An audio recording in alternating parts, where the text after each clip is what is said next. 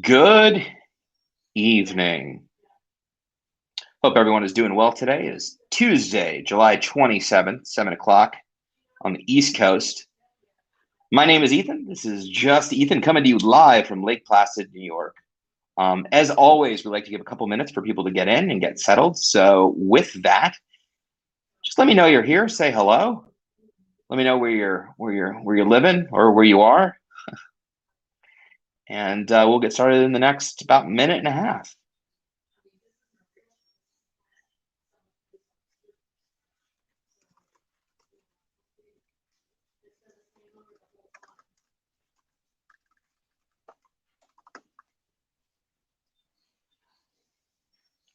Hi, Kelly from Arizona and Daniel from California. Daniel, I see your question up top, so no problem. I got you. Hey, Caitlin and Soledad. Wow, you're in Hong Kong. That's awesome. So I guess it's you 13 hours ahead. Joanne in Long Beach. We have Schuler. I like that spelling, Schuler. In Texas and Summer in Michigan. There's Beth. Hey, Beth, good to see you. Betsy in Phoenix. We're kind of all over the map today, which is fantastic. If you're just joining us, welcome to Just Ethan. It is 7:02 p.m. on the East Coast. I'm actually coming to you live from Lake Placid, New York, home of the Winter Olympics. I wish I knew what year. 1984? 1980? Well, either way, I wasn't there, nor did I compete. We'll get started in just 20 seconds. In the meantime, let me know you're here. Say hello. Know where you're from. Hey, Dave. Good to see you. You are from Earth that we know of. I'm 50% sure I'm not from Earth, but that's okay. Hey, Alexandra, Rachel in Delaware. Great to hear everybody. 1980. Thank you, Fran. I should know that. I've only been here for a week. Oh, hi, Deirdre. I didn't even see. Hi, Katie. 12 hours ahead Eastern. Okay, I was close. I was ever so close. With that, let's get started because I know these are always action-packed and full of things to talk about. So, as always, my name is Ethan. I'm a national advocate for the International OCD Foundation, which means that I have OCD and I won't stop talking about it. Yes, I am on vacation. Work can stop, advocacy cannot. Advocacy does not get a break or a vacation. So we always keep advocating. With that, let's go over some quick housekeeping and then we'll jump right into this. So this town hall is intended to serve as educational content and is not intended to replace therapy. Treatment-related questions, please be sure to work with your local provider or contact a local clinician. The IOCDF is not a crisis hotline and should not be used if you are in distress or feeling unsafe. If you're in crisis or you're ever feeling suicidal or unsafe, please go to your local emergency room, call 911 or call the suicide prevention hotline at 800-273-8255. And always we want to be respectful and kind of others, create as safe a space as possible. Always like to remind people that this is being broadcast on Facebook, YouTube, Twitch, I think Periscope. So keep in mind that it is public, but with that being said, we'd like to have as open and honest and vulnerable conversation as we can and be here to support one another. So we won't tolerate unkindness or disrespect in any. So Fran's got his finger on the boot button, but otherwise we look forward to having an important conversation with all of you. Hey, from South Louisiana, reading has been hard for me, but it's okay. I'm working on it. Deirdre, Deirdre says hello. Hi, Deirdre. So I'm super excited about tonight's topic. I've haphazardly named it. People just don't understand my OCD. I think this is something that so much of us deal with, constantly feeling misunderstood, not just by the public, not just by the media, but by our own family and friends. So before we get started, I really want to make this as much of a mutual conversation as possible. So I'd love to hear from you how you feel like you're misunderstood, whether you're misunderstood by strangers, friends, coworkers, family members. What does it look like for you to be misunderstood? And feel free to add in there, what would you like to see change, or what would you like people to know most? And I know I asked two questions, so really feel free to answer both in a single comment, or feel free to answer them individually. And again, Daniel, I will. Oh yeah, no, I saw your comment. Okay, that wasn't a question, so we'll get to that. Hi, Love Lana. That's good to see you.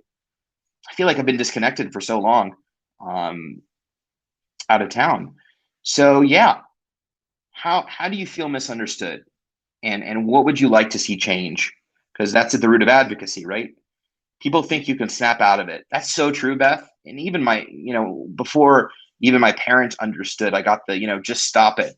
I used to get this really annoying analogy by my father who said, you know, well, if you lived in a third world country and you were just, trying to get water every day, you wouldn't be worried about all this ridiculous stuff. And I was like, I don't know if I feel that way. I would probably be trying to get water and be worried about whether I was going to get a cold and die. So, yeah, the snap out of it is really annoying. In fact, Beth, you reminded me of another something that a friend of mine that is no longer a friend, probably one of the only people that highly stigmatized me because of my OCD, used to say to me, try to pick up that pen.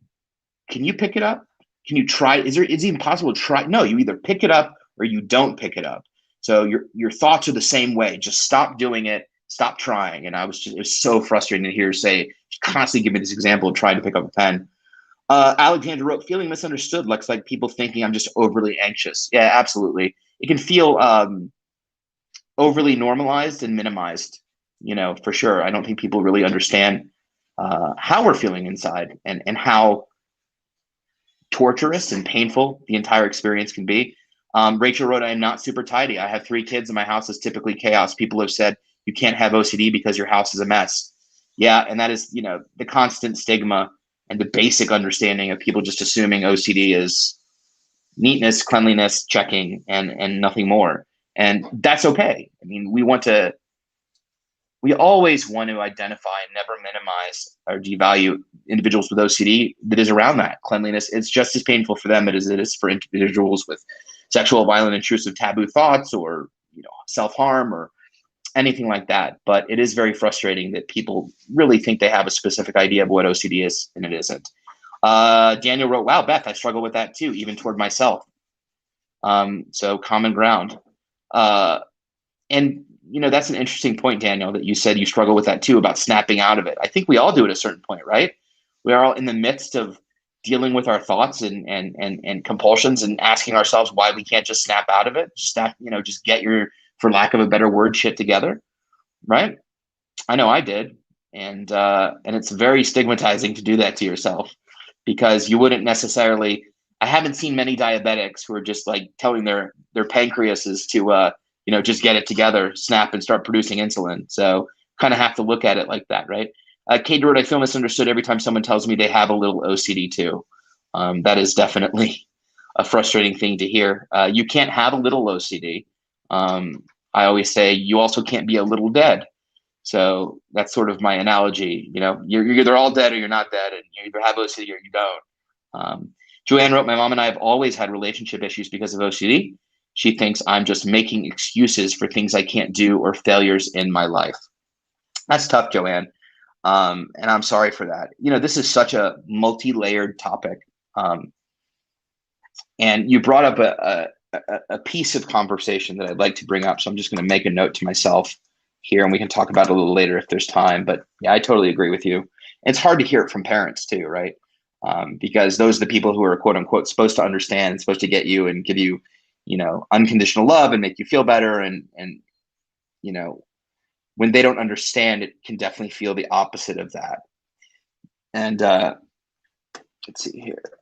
And you've also given me some great talking points to bring up in a minute, but I'll get through a couple more of your comments. Would love to see people not use the word I am so OCD. Absolutely. We did a big campaign around that, I think in 2015 or 2016. I'm so OCD. Nobody says I'm so cancer. Nobody says I'm so diabetic. So, and I don't know why, like, it landed on OCD, like why OCD suddenly became sort of the quirky, cool sort of disorder to have, and why people say that, so absolutely. That's the main one. My family thinks that I can just change if I want to. I'm treated like I'm a fault for all my issues by just not being strong enough to get over it. That's why we always say, Summer, that OCD is a disease, not a decision. Although people don't think that's true. They think it's mind over matter, and we can just snap our fingers. So thank you for that, Summer. Daniel wrote it like, I beat myself up a lot and ruminate over doing compulsions. Deirdre Katie O'Dunn, yes, dislike this one. Katie wrote, I'm a little OCD. And Jalen's in Washington, D.C. Hey, D.C. Betsy wrote, I'm the mother of a grown daughter. You know her, Madeline Tobe. The rules of family accommodation are blurred, so my boundaries are ever changing. Because of this, she feels I don't understand. This touches on some of what we're talking about and not. There's not understanding OCD from an educational standpoint, right? But then there's your OCD being angry at someone for not accommodating or enabling or reassuring, and then feeling like that is a misunderstanding. And those are really two different things, right, Betsy? So we have sort of like what we've been talking about before, which is individuals that are not educated, that don't understand what OCD truly is. And Betsy, that is not your case, right? You know what OCD is. You know it's a disorder. You've learned about family accommodations and what you need to do in order to help Madeline get better, right? But she will say that you just don't understand, you don't get it. But that's because her OCD is not being reassured, she's not being enabled, you're maybe not compulsing for her. And when it's hard to have objectivity when you're in the midst of your OCD. And so it very much feels like, and I felt the same way. I mean, I can't fault her. When my parents stopped reassuring me and when I started to get into treatment, I didn't think they understood or got it. I thought I was being tortured, so I definitely relate to that. But it's a great distinction to make between someone's OCD telling them that someone else doesn't understand because they're just not accommodating it, and individuals that genuinely don't understand OCD that aren't educated. I hope that made sense.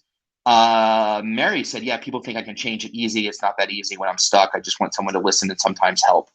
Seems like obviously an ongoing theme, which is people think it's easy. People think, and is that true? I wouldn't call myself an expert in OCD, but I know a few things. And, I wonder if that's true with other, mental illnesses. Are schizophrenics told to just like snap out of it and get it together and stop being, whatever they are, or bipolar, depression? I'm sure with depression, probably people are like, just get over it, just get out of bed and do something. And thank you, Daniel. I appreciate that. Summer wrote, I'm also viewed as being lazy and not smart enough to have a decent life. Eva wrote, my husband shames me for my messy house and ridicules me for not being able to do what normal people do. Always tells me, why can't you just be normal? He breaks my heart every time. I'm so sorry to hear that, Eva.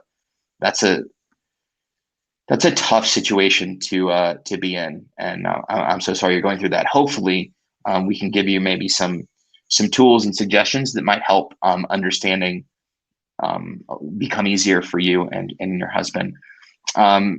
Kate wrote, I feel misunderstood when OCD gets looped into the wider conversation of general mental health. Sometimes I think it isn't understood as a legitimate diagnosis. It can't just be solved with medication or a walk. Absolutely. Mary wrote, yes, my family is hardest I can talk to my mom.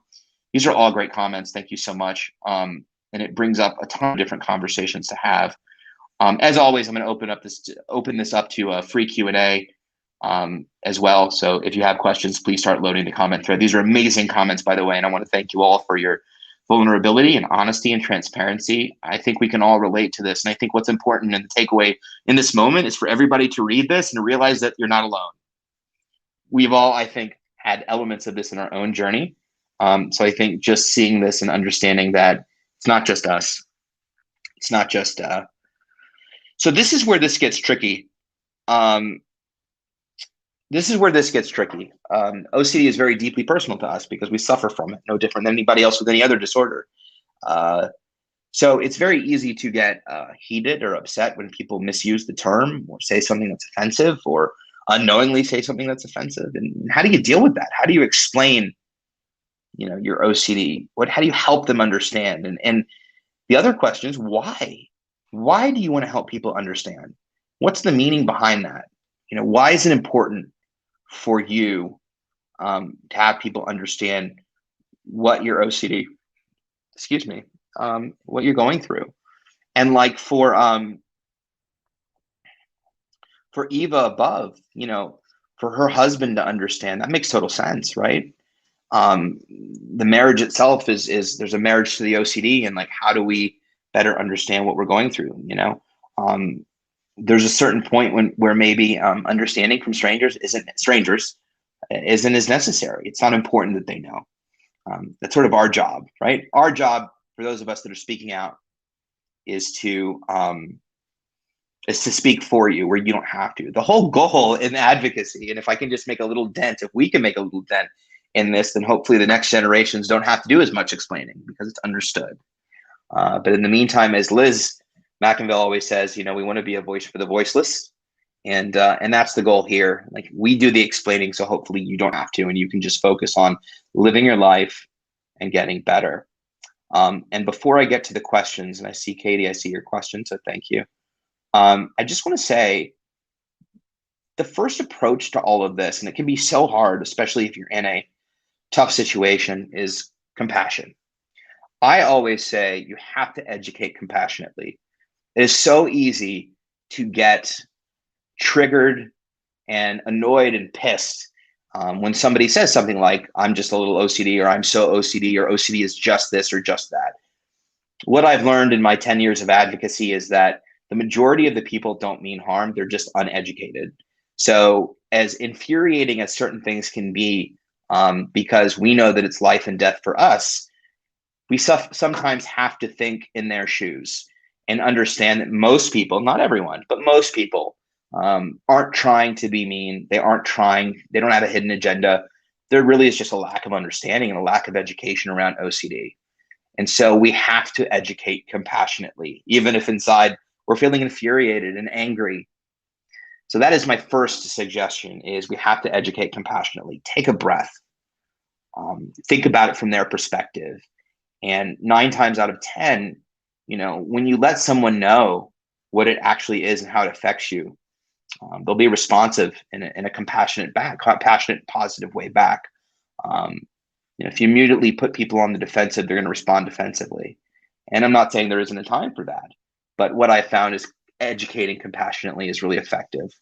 And yeah, Katie wrote calling in versus calling out.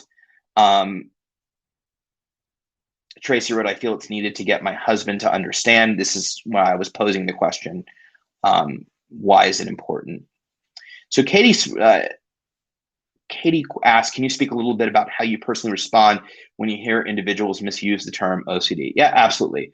I don't know if it's my lot in life or just the universe, but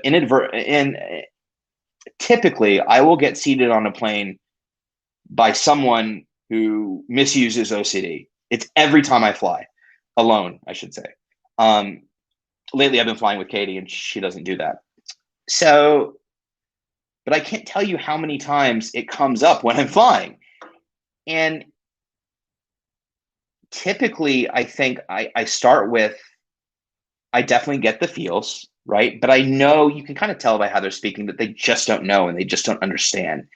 So to flip the conversation and basically ask them, well, what do you know about OCD? I actually have OCD and it's been detrimental in my life. It caused me to not function. I didn't graduate college. I lost so much of my childhood. Life began at 30, and just opening up. And this really depends on where you are. So this is specific to me and where I am in my journey. This isn't necessarily how you should address somebody. And we can get more into that in a minute. But how I personally respond is I let them know that I have it and that it is painful. And, I try to educate from a compassionate place, if they're willing to listen. And I will say that 99% of the time, not only are they willing to listen, but then they admit that either themselves or someone they know or family members either has OCD or struggles with similar symptoms.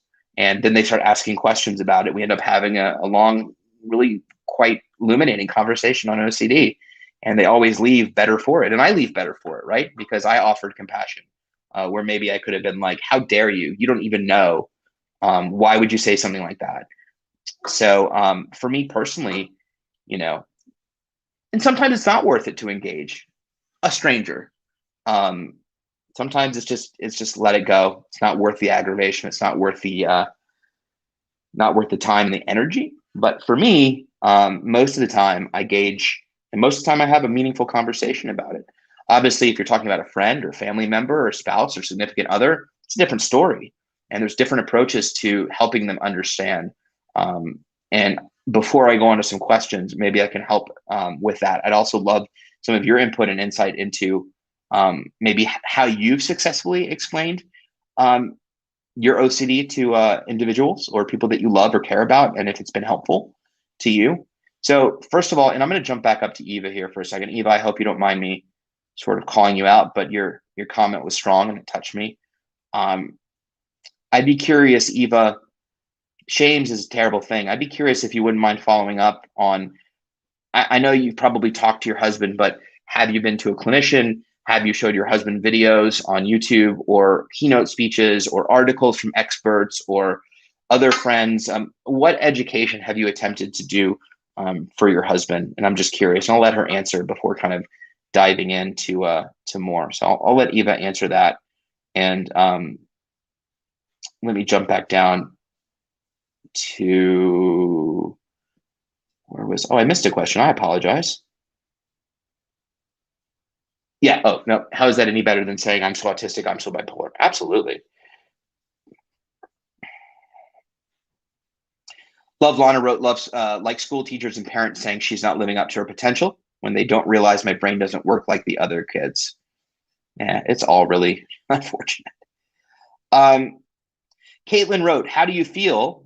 How do you guys feel when you see companies using OCD as a marketing tool? Expression machine tools called OCD and a car detailing company called obsessive compulsive detailing. How do you educate on that? That's a great question, Caitlin. So there are multiple ways, a multitude of ways, I should say.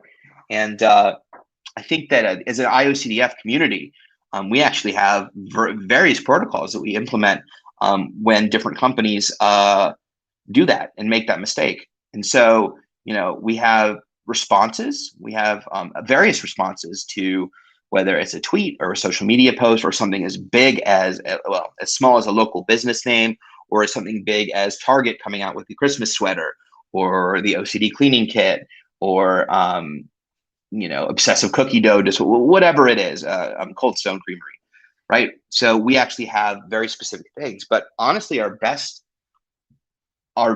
weapon against that is, again, compassion education and your voices.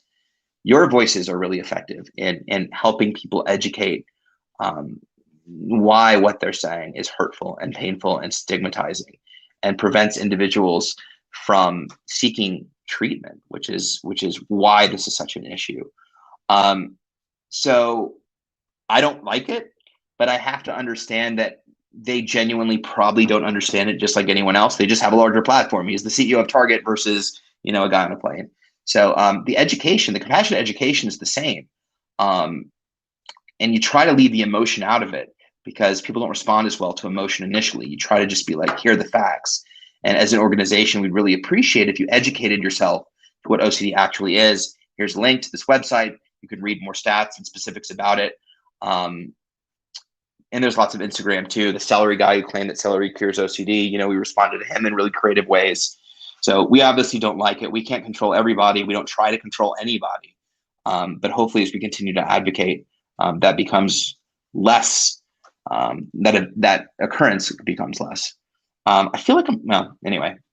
So hopefully that answered your question a little bit. But you as an individual, social media is a powerful tool and you have access to their social media accounts and tagging and things like that. If there's something you don't like or that bothers you or that you feel stigmatized by, absolutely go to social media, tweet them, tag them in a post, use their hashtag on Instagram, let them know that what they're doing. And also the great thing is just sign up for the IOCDF newsletter, track us on Facebook and social media, because anytime there's there's an issue like that, we kind of typically put out a call to action about like, we need your help because we do need your help, right? The more voices we have, the louder we'll be heard. And hopefully we can make some changes. And we have made changes. And in fact, a great example, and Chris Tronson, another lead advocate, you've seen Chris's corner, would probably never brag on himself, but OCD SoCal has done an amazing job of talking to local businesses that have misused OCD in the name of their companies. And actually they've changed the name of their company or changed a marketing campaign because, OCD SoCal affiliate has educated them on how hurtful and destructive that can be. So there's lots of ways to approach, but you always want to approach, my opinion, you always want to approach it with compassion and education, which is hard to do, especially when you're being hurt. I'm gonna scroll quickly down and see if Eva posted any updates. I don't see. Yeah, I don't know if she's still on. Hi, Nikki Bradley in Dublin. What's up? I always like to see Nikki. She excites me. Okay, let me scroll back up. I apologize. Let's see here.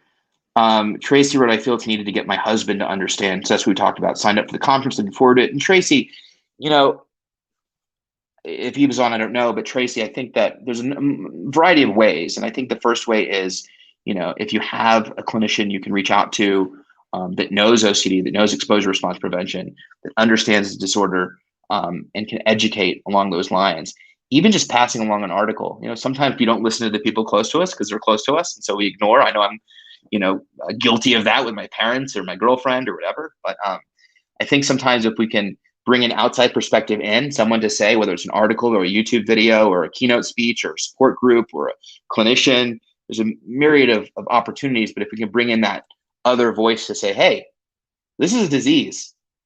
This is a disorder. This isn't a decision. This isn't a weakness. This isn't a broken brain. This isn't a broken person. And also, this is an extremely treatable mental illness at that. So there should be lots of hope and lots of optimism. It's just a matter of navigating the waters, finding the right people, getting the support system out there.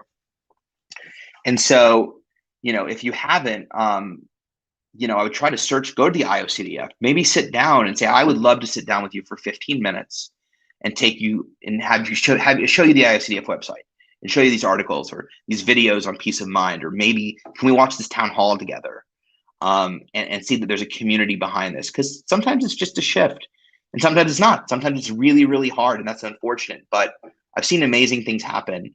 But the most important thing I can tell you is, you have to put on your oxygen mask first. And we usually use that when we're talking about helping other people, but we also have to talk about that when helping ourselves. That's what it is helping yourself. So, getting your husband or anyone else's understanding is important, especially when you're trying to do work in the home, getting better. But if you haven't sought therapy or treatment because of that, that's not a reason not to. Obviously, having a significant other or a spouse on board is very helpful. But the hope is by getting into therapy and understanding that OCD is a family affair, and you treat it as a family affair, whether it's your kids, whether it's your husband, you all want to be involved, especially in the home. So the goal, Tracy or Eva, is to hopefully get with a clinician or an expert that can help you, but then also help you navigate how to navigate home life, and bring everyone in support of what the situation is. It's not always perfect, and I know it's not that simple, but it is a place to start. Barbara asks at 7:19 p.m., how can I encourage a person who continues to avoid anxiety-provoking situations to take a small risk in order to start getting better? I feel like I'm so serious tonight. I feel like I would have cracked like 18 jokes by now.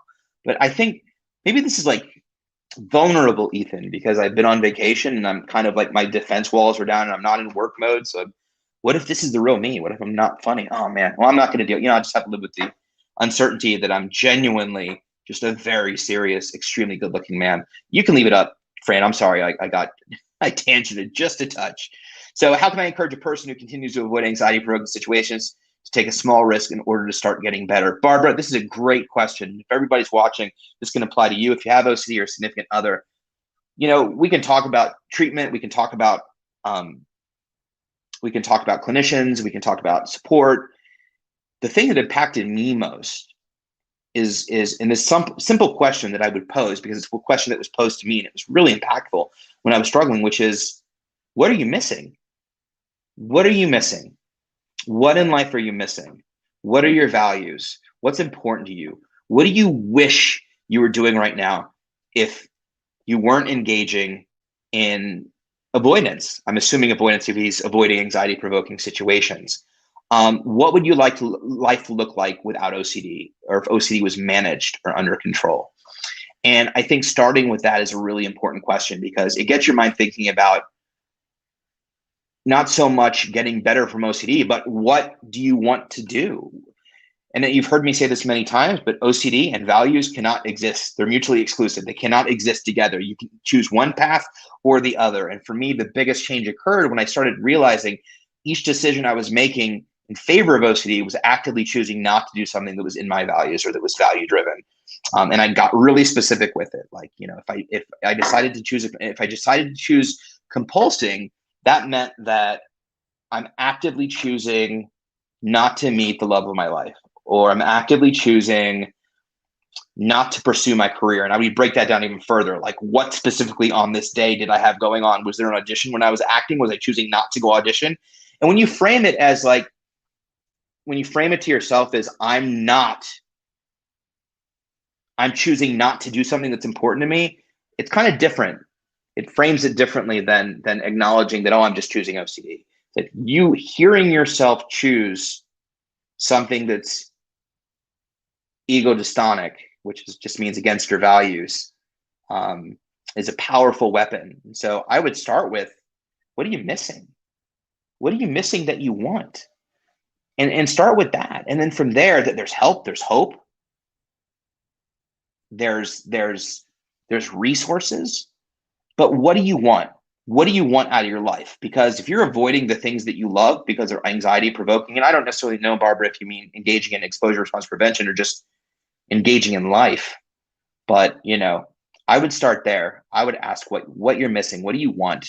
What are you avoiding that's meaningful to you?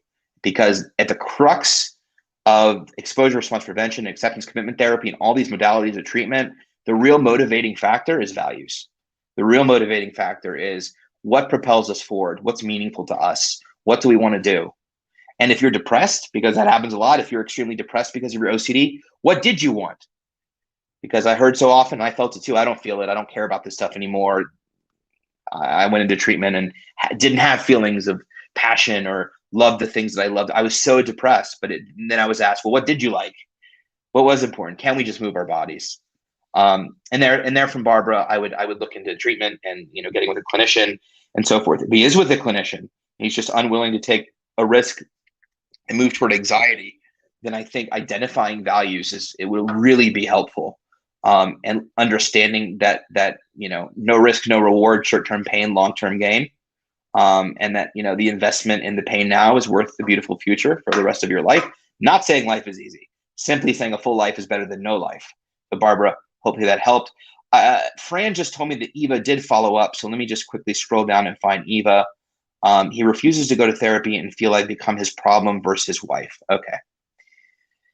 That's definitely a tough situation, Eva, and I'm so sorry that you're going through that. I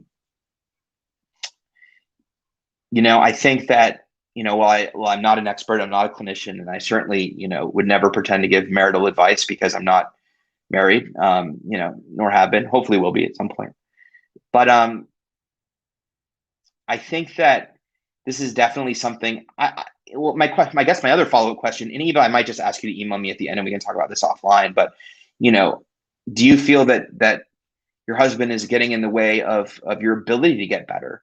And have you talked about that with your clinician? And what has your clinician suggested you do in regards to sort of this obstacle that you're facing in your husband's understanding? And also why is he unwilling to see this, or why is he unwilling to see the reality of the situation? And is there something that you can address as a couple together that may not have anything to do with OCD?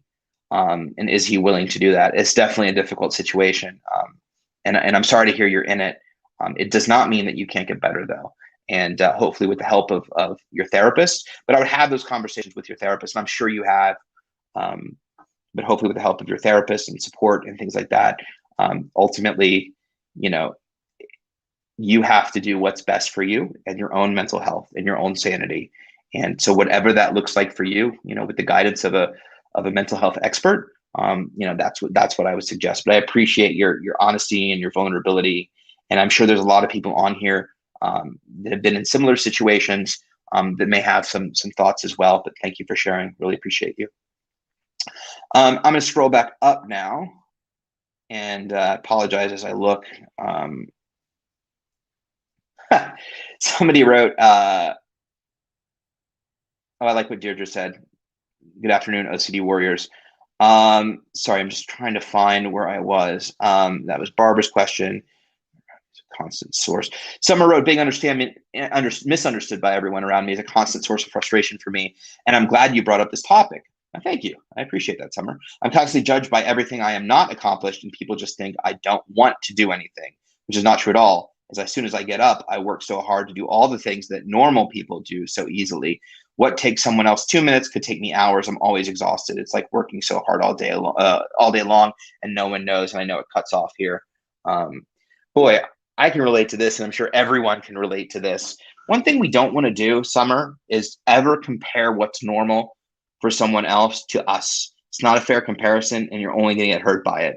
The reality is you aren't that person, and they're not you. And I'm sure there's lots of things that they struggle with. And I used to have those same thoughts. So I say this very humbly.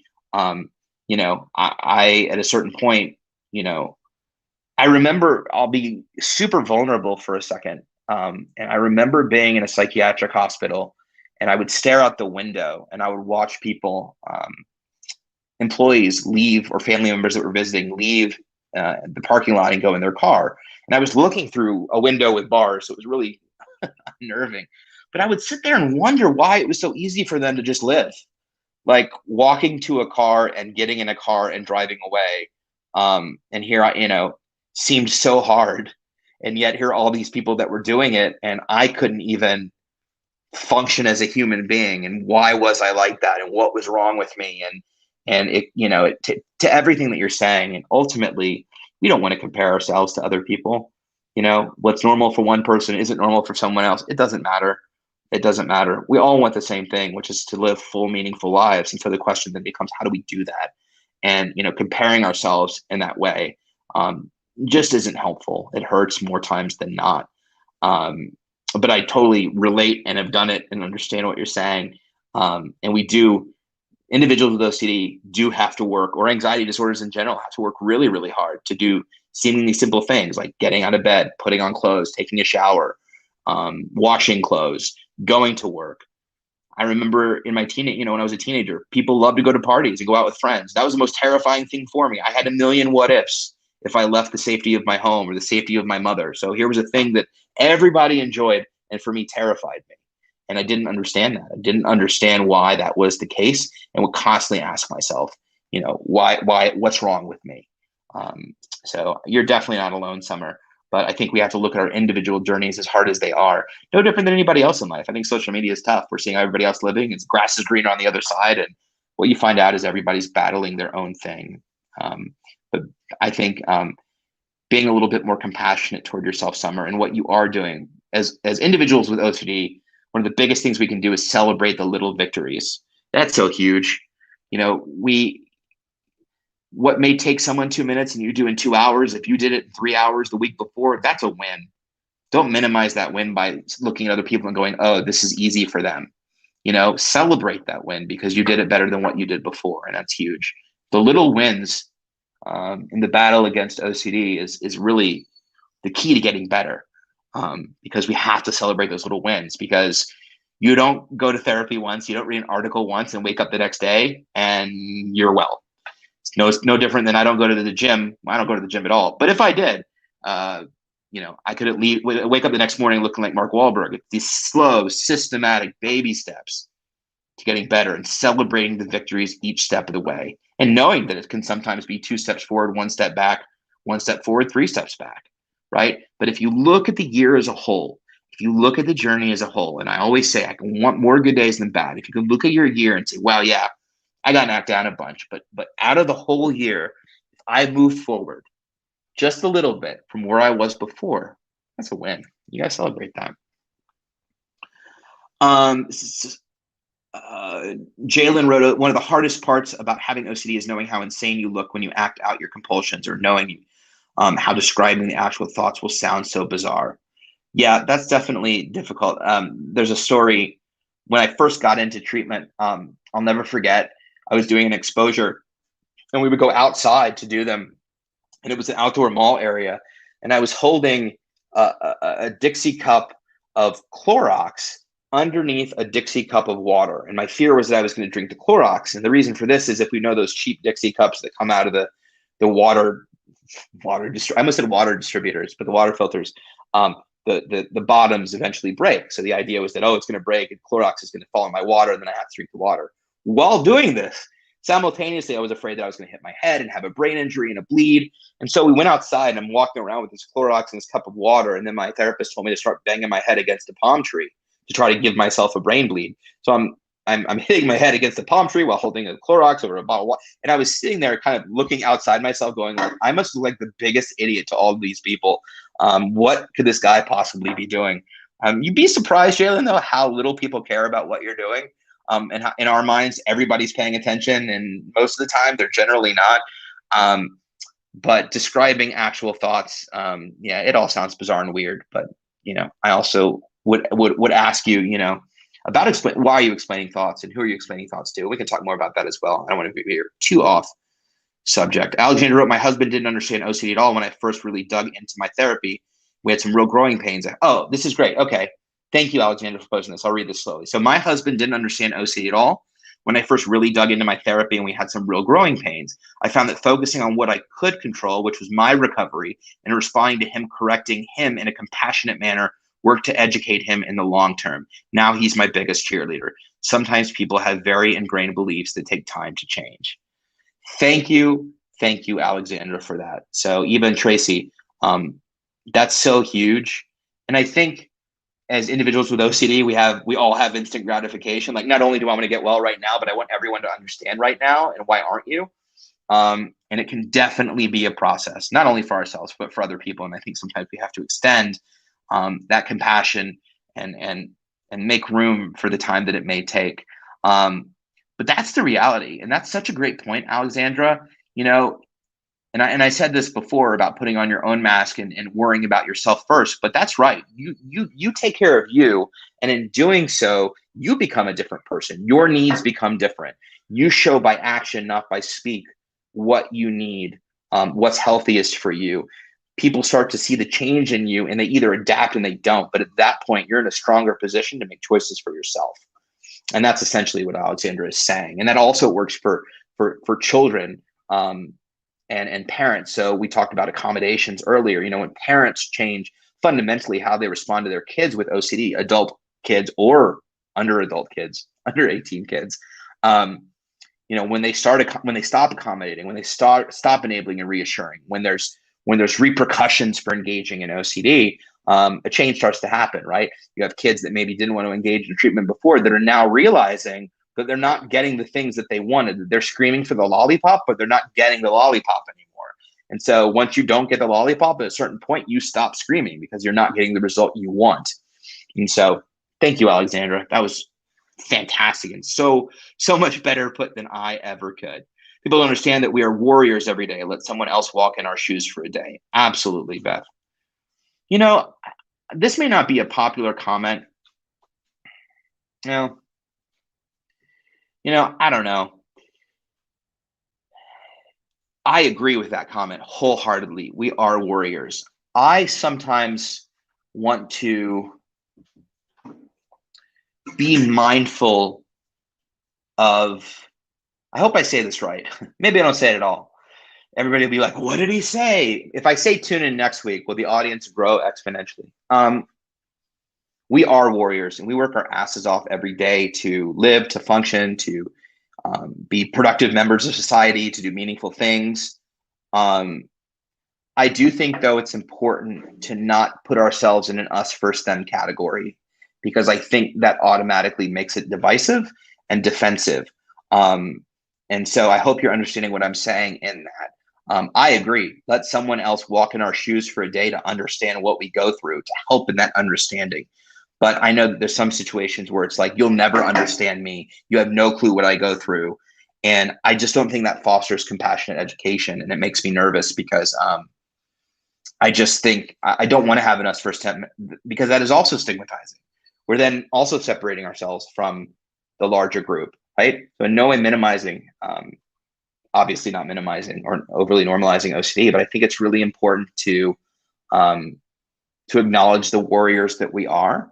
and at the same time make space and room for individuals that don't understand, and hope that through compassionate education they do, and that we can all come together, right? We can all come together. So sometimes we tend to have very black or white thinking. And Beth, I'm in no way suggesting you're doing this. It got me thinking about something that I've seen in the past, sort of this us versus them mentality and advocacy. I don't like that. That's not the advocacy I practice. And I think that we all just need to come together and support. And that's, I think that's true with anything. But so that's Mike Warren, celery cures OCD. It does not, but somebody on Instagram said that it did, and lots of people followed him and bought whatever celery cure he sold. We were quick on that to dispel that myth, or at least promptly educate that celery is not a cure for OCD, and until research has been shown otherwise, we really don't want to push that out. But yes, it was online. Let's see. This is such great. Thank you so much for the input. I mean, I always say that, people ask me all the time, how do you advocate? How do you advocate? And I always say that your comments are advocating. Right? You're all supporting one another, and it's a beautiful thing to see. And it's meaningful. And thank you, Alexandra, again for that well put statement. It was awesome. Tracy wrote, it's hard to explain something you truly don't understand yourself, why your brain works this way. So I'm trying to educate myself. Therapy helps, and support groups, including family members in therapy. Absolutely. And that was I actually wrote that. I haven't even looked at my talking points because you guys have been so fantastic. But that's a huge thing, is you can't explain what you don't understand yourself. And so I think, definitely helping yourself get a firm grasp on what it is that's going on, what's happening in your life, what is actually, that your brain isn't broken, that there's a glitch or maybe something chemical, but that you're not a broken person. Understanding, not understanding biologically what's happening in your brain, understanding habitually and routinely what's happening in your life, and understanding how OCD impacts you as an individual, and how treatment impacts you as an individual, how OCD impacts you lifelong,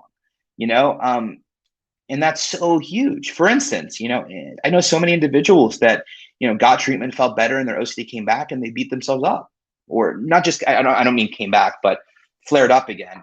And they struggled. And it's like, what's wrong with me? Why am I broken? I just got this fixed. I just went to treatment. I just went to therapy. And now I'm struggling again. Where if you really educate yourself, OCD is a roller coaster. It has ups and downs. It responds to stress, good stress and bad stress.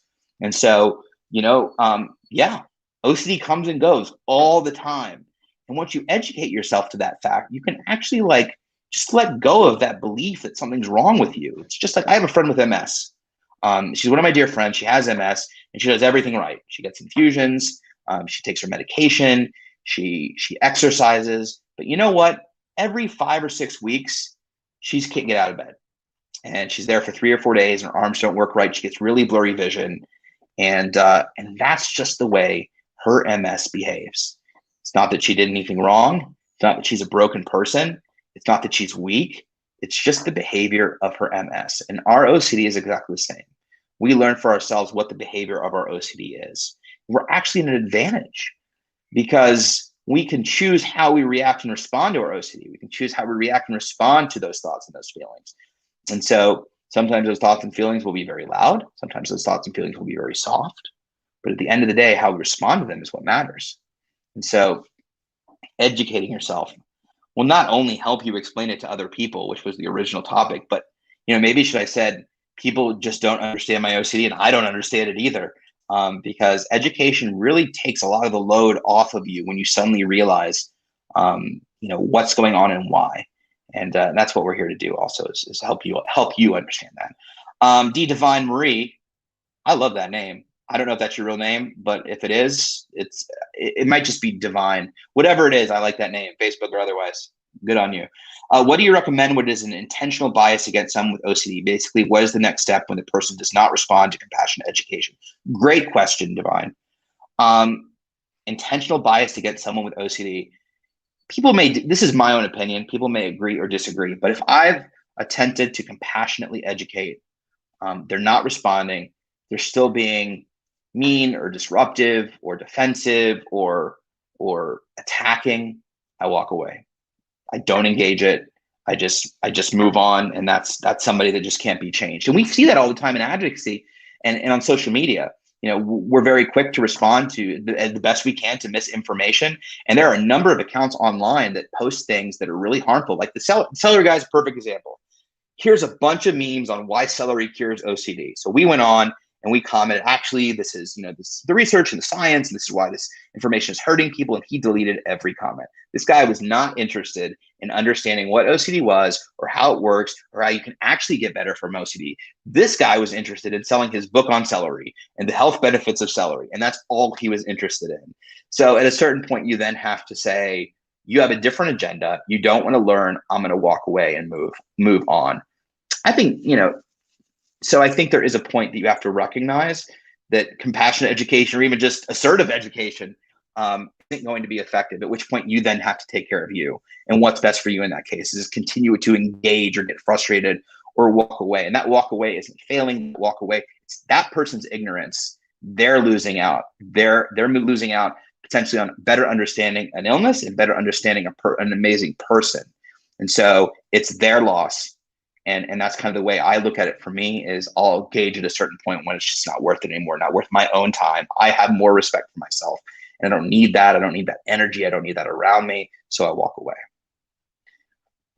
Because there's this is such a huge thing. There's what's right and what's effective.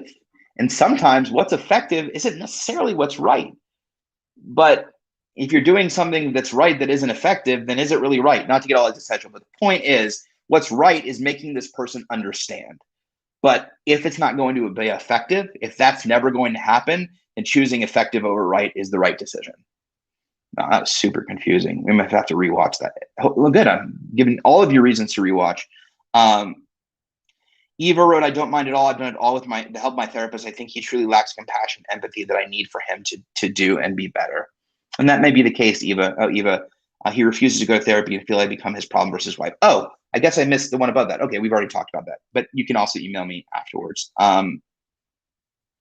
Beth gave me reassurance by telling me I'm a banana. I appreciate that. I do have wonderful appeal. The people in the room probably just rolled their eyes, but that's okay. I appreciate that. Katie wrote, this is what I always come back to. Recovery only comes when you give yourself permission to value your life so much that the fear of giving up your beautiful life to OCD outweighs the fear of your obsessions being true. There's nothing really to add to that. That's perfectly said. Sometimes when I scroll down, the comments adjust, and I apologize because then I have to scroll back up and look for comments that and so pardon me a moment while I scroll back up and find where I was. Okay, here we are. Delia wrote, I found there's ways more people out there that have had similar struggles at one time or another. I think the more we can remove the stigma with OCD and share, the easier it will become. Absolutely, Delia. And it's not a 1 year effort. It's not a 5 year effort. It's not a 10-year effort. I think where we are now, we've come light years ahead of where we were when I was a kid, right? 20, 30 years ago. It took me 17 years to find treatment. And while that is still the case for a lot of people, there's kids that I talk to that find treatment within 6 months, 10 months, 8 months. Clearly I can't count, but it doesn't matter. The point is that we are making a difference, and we have to continue to. And this is going to be, going on long after I'm gone. And so I think that we continue to speak out as loudly as we can, and we continue talking about it as loudly as we can, and people will listen. And I genuinely think, the majority of people out there are good, and they do want to understand, and they genuinely don't know what they're saying, and how they're acting is genuinely hurtful. And again, once you educate to that fact, they're pretty quick to switch around. I have a funny story. When I was online dating, I was perusing OkCupid, and I came across a profile of a psychiatrist. And in her profile, in the beginning of what she was looking for, she had a PS, and she said, please, no one with OCD contact me. I deal enough with crazy people all day long. I don't need your crap. Something to that effect. I'm paraphrasing, but it was just as bad. And typically I'd be pissed, but I would just be like, whatever, who cares? I'm gonna let that roll. It really pissed me off. So I wrote her and I said, you're a psychiatrist. If anybody should understand, it should be you. Like, why would you ever write that? And I wrote her like this 3 or 4 paragraph. My paragraphs are long, so it doesn't sound like a lot of paragraphs, but it was really 50 or 60 pages But I wrote her a huge message about why this was problematic, why it hurt me as an individual. Now she's missing out on a great guy, which was a godsend because now I have an amazing person in my life that clearly understands OCD. But anyway, so she actually wrote me back the next day apologizing profusely, took it off her profile.